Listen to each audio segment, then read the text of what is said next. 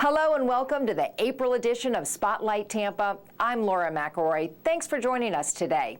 First in the spotlight, Mayor Bob Buckhorn kicked off the 4th annual River O Green Fest at Curtis Hickson Waterfront Park in downtown Tampa last month. The event featured Irish entertainment, food trucks, and the now annual tradition of dyeing the Hillsborough River a vibrant Kelly green. We're on the one road, shared on the one road. We're on the road to God knows where. We're on the one road, and maybe the wrong road, but we're together now, who cares? It's the 4th annual Mayor River O Green. This is when we get to celebrate our Irish heritage and all of those who wish they were Irish. We dye the river green. We have a great family festival here. It's a lot of fun, and we love doing it. 3, 2, 1.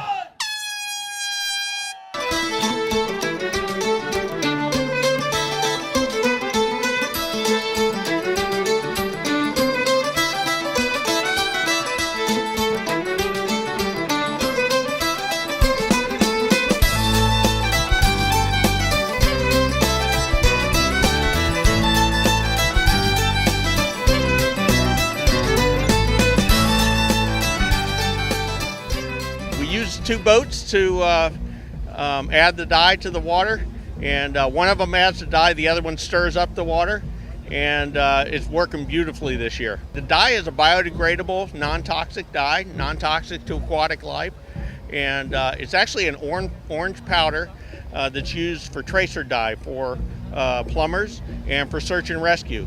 So, but the dye is orange, but once it hits the water, it turns bright green. A special thanks to Rich Snyder and Mark Metcalf as the captain, and also thanks to Casey Jones and George Cox, who are in the stormwater boat right behind them, helping them to stir it up. It's a celebration of all things Irish. Now, we've always had ourselves a little parade run by those great guys, the Rough Riders, but this is here in the great Curtis Hickson Park, right on the mighty Hillsborough River, which could not be more green today, as green as grass, an amazing sight. Every year, this event gets bigger. Every year, the river gets greener. 'Tis a wonderful day, and I'm thrilled to be the MC yet again, despite hundreds of cards and letters.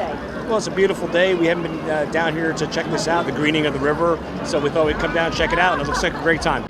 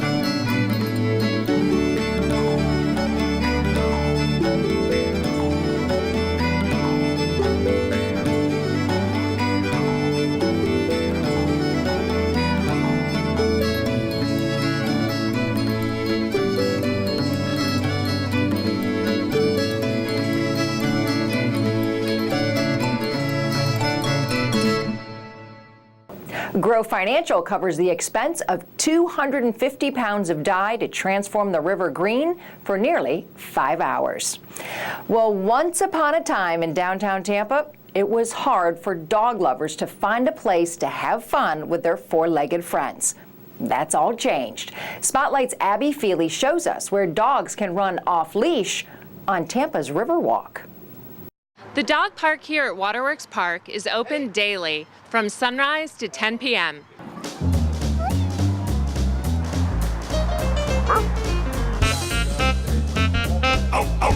Each and every day, there are a bunch of us who congregate here with our pets. Such a great environment for the dogs to run around and have a really great time, but it's a great time for us too. When we first started coming here, there might have been 1 or 2 dogs when it first opened up, but it's growing, and I can see every week you have an extra dog coming in or something, so it's great. it promotes a sense of cohesiveness as far as the community is concerned. It's done great as far as the Tampa Heights community is concerned. Here we are in Tampa Heights, and it gives us a central focus. It gives us something that's ours, a sense of ownership for this. And so we can be very proud of it. Every afternoon, just about the same group of people and other people join us and stuff like that. And sometimes there's, 6, 8, 10, 12 people here. And this one you can come and just stay here for an hour or two and really enjoy it. So feel free to pack up your pooch and come on down. Take a stroll on the Riverwalk and enjoy our great dog parks.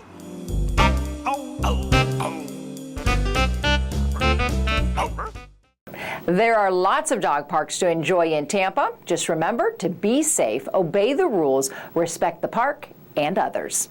Our spring weather makes it the perfect time of year to enjoy Tampa's Riverwalk.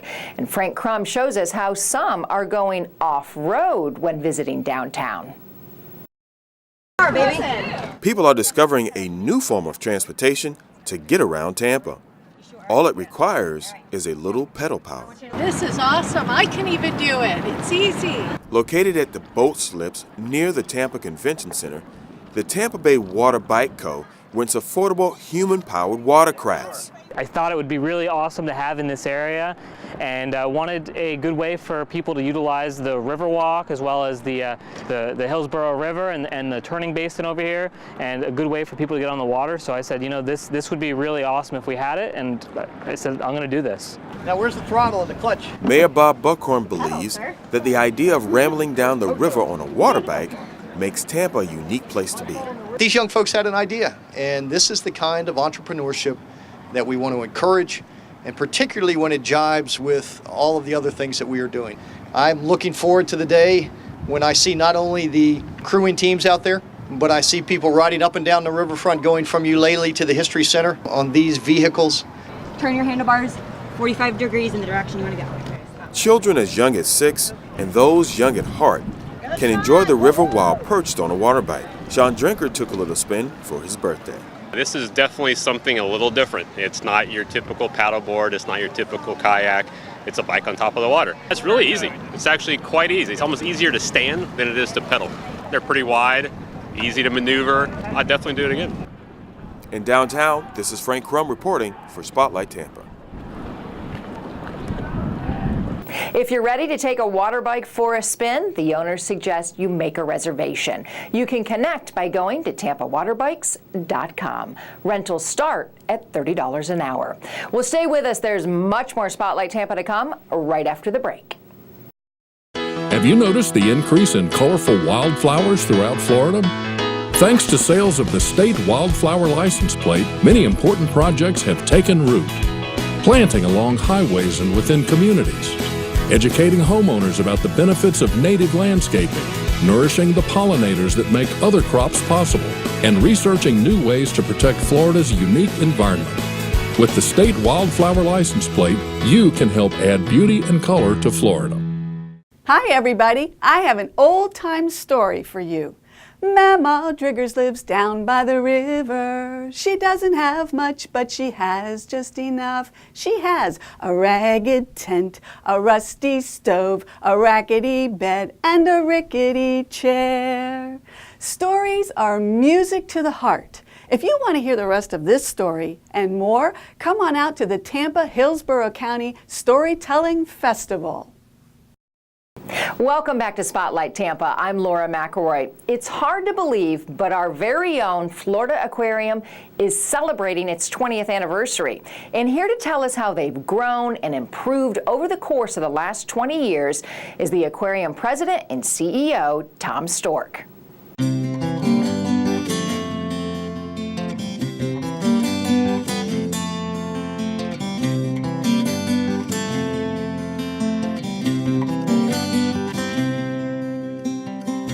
This is our 20th anniversary. March 31st, 1995, we opened the doors of the Florida Aquarium. So here we are 20 years later, a lot different than we were 20 years ago. We're celebrating with a lot of activity in the aquarium. We have a brand new dive show that just opened, and this is the first show that we've done that actually has actors in it, We've got a host, it's a game show. And so it's the first time we've done that and used the exhibit itself with divers in the exhibit. Are you ready to see your question? Yeah! Let's see it. We've got a new costume character. The aquarium never had a costume character before, so we have that. We've got a scavenger hunt going on. We draw 750,000 a year now. That's record attendance for us. Our budget's $17 million. But the length of stay, we've been able to add things in the aquarium to make it a more immersive, more engaging experience, more fun for our guests. And so where 10 years ago the average length of stay may have been about an hour, hour and a half, it's a good 4.5 hours now. We've added things that people want to do and see. We'll put you in the tank with the sharks. That's probably the most interesting one that we've got. We started that program several years ago where we allowed certified divers to dive in the tank with the fish in the tank. We also had a program where we let you snorkel on the surface. Well, now we have a program where you don't even have to be a certified diver. We'll let you go in with another diver. So those types of immersive experiences, taking you backstage to meet penguins, taking you backstage and letting you see our surgical facilities where we do work, being able to bring penguins out on a daily basis and let people see and be up close to penguins. It's creating those wow moments when you walk around a corner and there's something there, like a giant Burmese python. It creates those wow moments. It's a unique facility. It's a learning, science, research, education attraction. And most people know us as the attraction. But we do have 100,000 school kids go through our education program every year. We just opened the Carol and Barney Barnett Learning Center, where we'll be able to educate more kids. We're building a center for conservation down at Apollo Beach. We've partnered with TICO and Fish and Wildlife. We're building a 22-acre campus down there. We do incredible coral work today in the Keys with the University of Florida, and now we'll be able to do it in Apollo Beach. We do sea turtle work. We're doing sharks, sand tiger shark work. And the general public doesn't necessarily know that. So growing that side of our business as well. This started as an economic redevelopment tool in downtown Tampa. It was the vision of the then mayor, Sandy Friedman. This was an area of Tampa that needed some revitalization. It was an old banana dock area, you know, it needed some help. And it was during a time period when aquariums were kind of the thing to add for economic stimulus and economic redevelopment. And so that was the project they wanted to do. And so it took a lot of work and took a lot of effort to get it going. And it had its challenges in the early years, but I'm proud to say that we're thriving now, we're successful. Look what's happening in downtown Tampa. When the aquarium opened, there was nothing in this area. There was a fledgling cruise industry, but there were no real nice terminals. The terminal came next. And I think one of the really important things to point out is when the first owners of the Lightning, when they were planning to build an arena, they made a very public comment that if it hadn't been for the aquarium, they wouldn't have put that arena here in downtown Tampa. They probably would have put it out on Dale Mabry Highway. And then when Mr. Marriott announced his Marriott Hotel, he said, we wouldn't have put this hotel here if it hadn't have been for the arena. So I would suggest to you today that all the work that Mr. Vennick has announced might very well have happened out on Dale Mabry Highway if it hadn't been for the aquarium being here and the arena being here and the Marriott being here. So it all was kind of a domino effect. 20 years ago, there was nobody living down here. Now there are 6,000 residences here. People are moving in. This is a living, breathing little community today.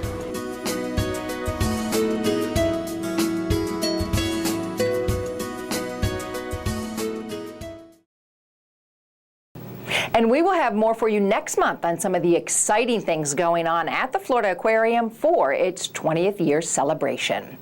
The vote is in, and the Florida Board of Governors has approved funding for the new USF Health Morsani School of Medicine. This will help build the new downtown campus that will turn Channelside into a bustling destination.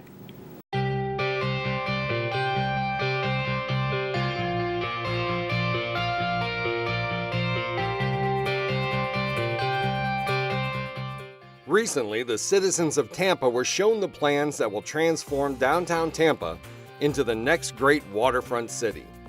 These plans for the new waterfront district came from Jeff Vinnick, owner of the Tampa Bay Lightning, and they include hotels, apartment towers, restaurants, a medical school, and about $1 billion worth of investments. We are so pleased to be here today to announce our vision plan for Tampa's waterfront district. You've heard the expression, it takes a village. Well, in this case, it takes a community. It is critical here that we create a unified district from the convention center all the way across to the aquarium. All of that is waterfront district. It is critical that this district have a soul, have a brand. It must all be connected with architecture, with music, with art, with IT. It's got to all be wireless. This is what we're going to be putting together in this community if it's to be successful. We are creating a true 18-7 live, work, play, stay. We want people to stay here, urban environment with vibrancy, with energy, with fun, with a place to go have good meals, with a place to go in the evening and spend time with friends. And we could call it 24/7, but residential is a big component, and we want people to get 6 hours of good solid sleep at night.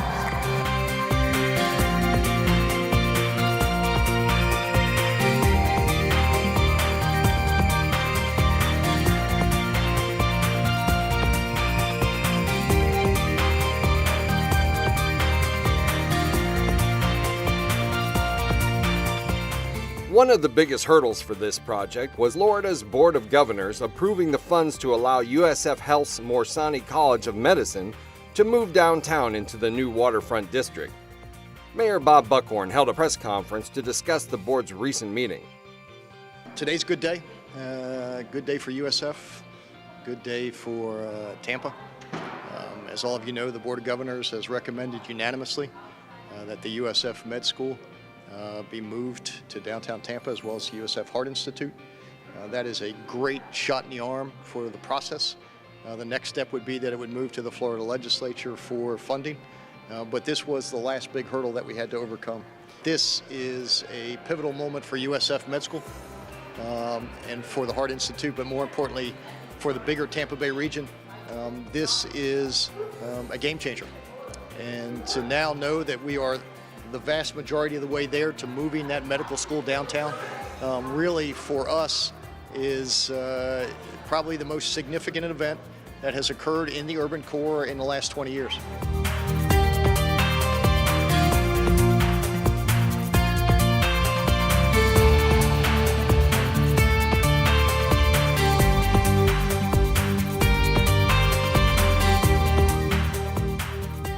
Dr. Charles Lockwood, Senior Vice President for USF Health and Dean of the Morsani College of Medicine, believes this move into downtown will elevate this college to one of the best in the nation.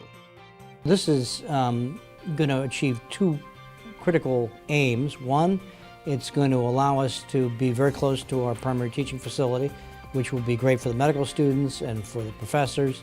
It will be great to stimulate research as well as teaching. But the other thing that it'll do is to put us in a downtown environment, which is exactly the environment that millennial medical students want to be in. And if all the plans that Mr. Vinnick has come to fruition, this will be an extraordinarily exciting environment for our students and our faculty and our staff to be in. In all my years in academic medicine, I've never seen such support by almost every aspect and element of the Tampa Bay region. We would love to be able to achieve a top quartile or even top 20 status as a medical school in terms of our research, maybe win a Nobel Prize or two, and really show that Florida has come of age in terms of its commitment to higher education. And I think all those things are embodied in this project. Will have a big impact on Tampa Bay's economy, as well as the economy of the state, probably measured more in the billions than the millions. This is a project that is incredibly welcomed by our students. They have overwhelmingly showed their support. They're enthusiastic about it. I think the biggest complaint of the current students is that they're not going to be occupying that facility. But over 85% of the students think that this is going to dramatically improve our academic picture. It's going to improve our ability to recruit folks. So the students really want this to happen.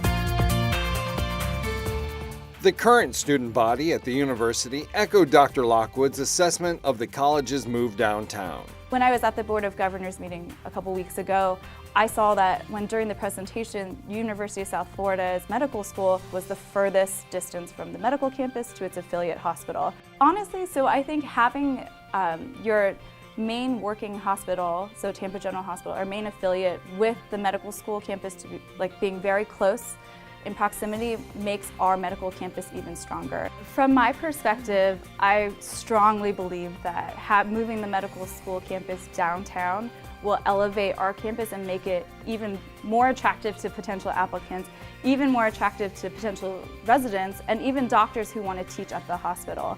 You know, you want to emphasize not only a lifestyle difference, but also you'll be more involved in the culture of Tampa. So by actually living in downtown Tampa, learning about the community, we're able to better serve our community.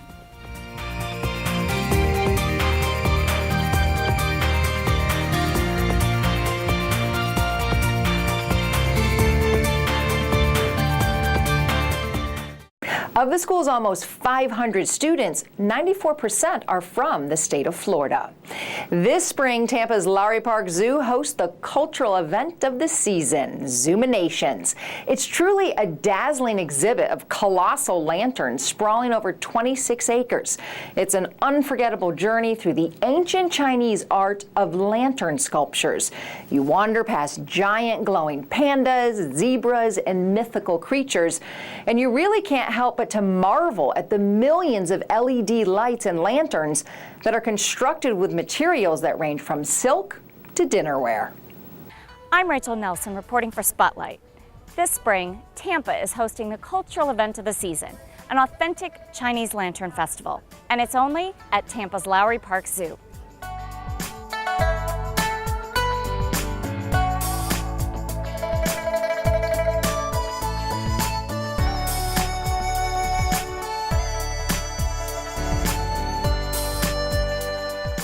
Previously seen in London, Toronto, and Beijing, this international cultural experience is one of the largest lantern festivals ever held in the United States and the first of its kind in the Southeast.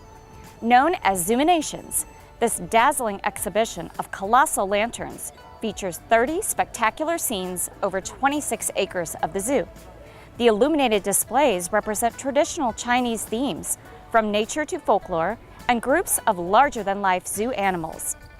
The ancient art of lantern making requires years of study in the trade, combined with modern technologies. The stunning, highly detailed workmanship comes together to form magnificent, radiant art. One structure, the Porcelain Pagoda, a replica of the Manfeilong Pagoda in China, reaches a height of nearly 60 feet and is made from 70,000 pieces of traditional blue and white porcelain, each applied by hand. This exquisite nighttime experience also includes Chinese performers, an artisan market with unique handmade crafts, and Asian-inspired cuisine. Zoominations will illuminate Tampa's Lowry Park Zoo on select nights, now through May 31st. For more information, visit tampalanternfest.org. For Spotlight Tampa, I'm Rachel Nelson.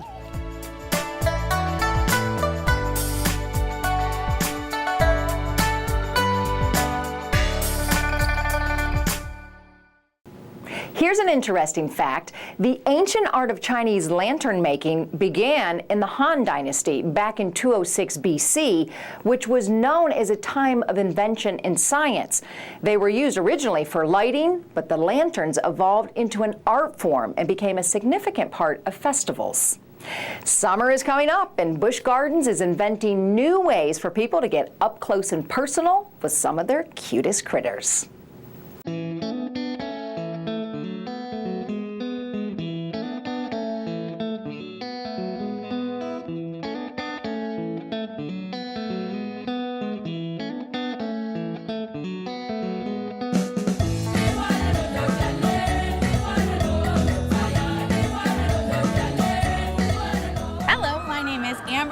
at Busch Gardens, we have a great new way for you to get up close and personal with animals.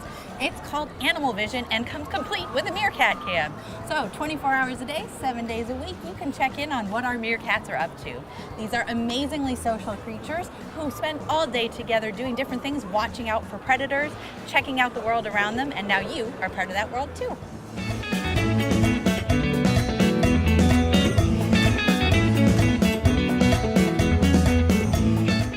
Animal Vision is just the newest way to get up close and personal with animals here at Busch Gardens. There are loads and loads of behind-the-scenes tours. From our Serengeti Safari, where you're getting up close and personal with giraffes and antelope, all the way to our Heart of Africa, where you're going to meet lions and cheetah, to Jungala, where you can get up close with tigers and orangutans. There's something here for everybody.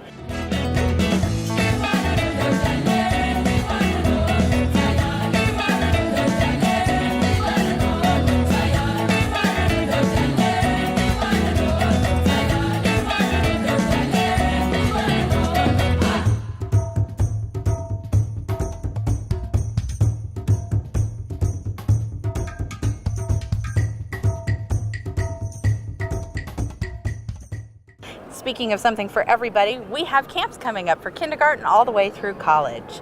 Your kindergarten kids might be learning about the difference between animals with fur, feathers, and scales, while your big kids who are really fond of animals might be working right alongside the zookeepers. There really is something for everybody. And for more information, all the listings of all the camps, tours, and to check out Animal Vision, go to buschgardens.com.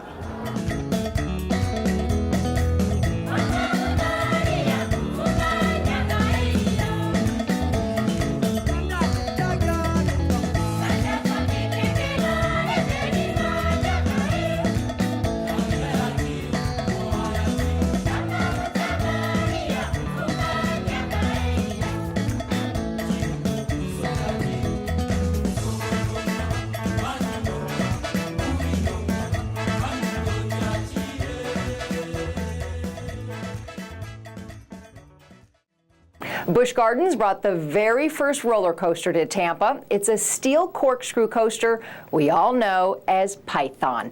It opened just a few days before the United States bicentennial in July 1976.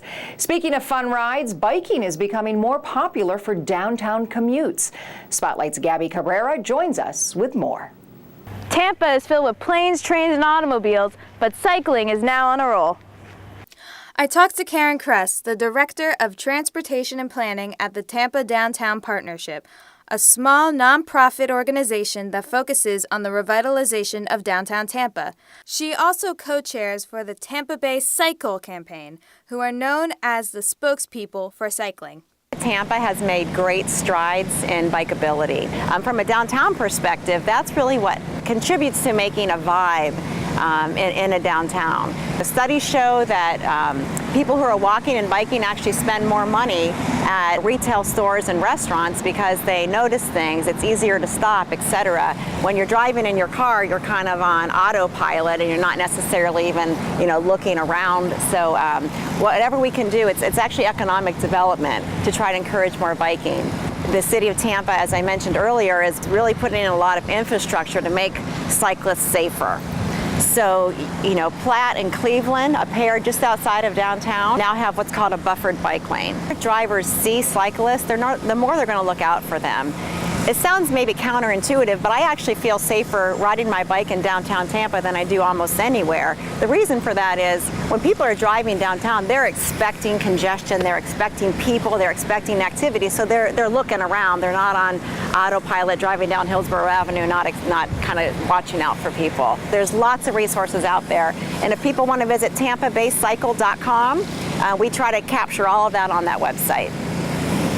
I also spoke with Kevin Kraft and his dog Macy to discuss the importance of bike maintenance and safety, as well as using your local bike shop rather than just another retail store.